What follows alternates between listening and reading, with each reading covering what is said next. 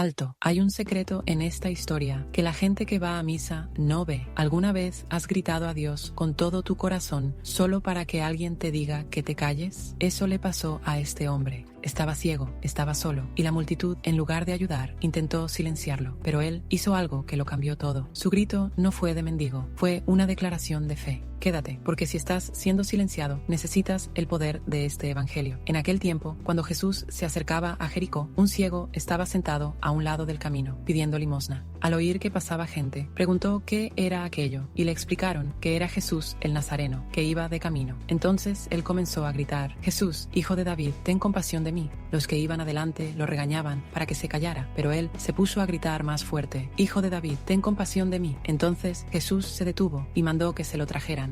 Cuando estuvo cerca, le preguntó: ¿Qué quieres que haga por ti? Él le contestó: Señor, que vea. Jesús le dijo: Recobra la vista, tu fe te ha curado. Enseguida el ciego recobró la vista y lo siguió, bendiciendo a Dios. Y todo el pueblo, al ver esto, alababa a Dios. Si esta palabra ya está tocando tu vida, no te detengas aquí. Suscríbete al canal y activa la campanita para seguir recibiendo esta sanación y reflexión diaria. Ayúdanos a llevar la luz a quienes siguen en la oscuridad. Este pasaje es la ruta de nuestra sanación. El ciego de Jericó no solo pedía limosna, él estaba pidiendo a gritos un nombre: Hijo de David. Esto significa que reconoció a Jesús como el Mesías, el Rey. Ahora piensa en esto: Jesús se detiene, a pesar del ruido, a pesar de la multitud que lo regañaba. Jesús escucha al que grita con verdadera fe. Pero la clave de la sanación está en la pregunta de Jesús: ¿qué quieres que haga por ti? Él ya lo sabía, pero quería asegurarse de que el ciego supiera exactamente lo que iba a recibir. Nuestro problema no es que Dios no nos escuche, sino que a veces pedimos limosna espiritual en lugar de saber con claridad la sanación específica que necesitamos. El ciego no dudó: Señor, que vea. El acto de su fe, al gritar y al declarar su deseo, liberó el poder de Jesús. La ceguera no era física, era espiritual. La sanación viene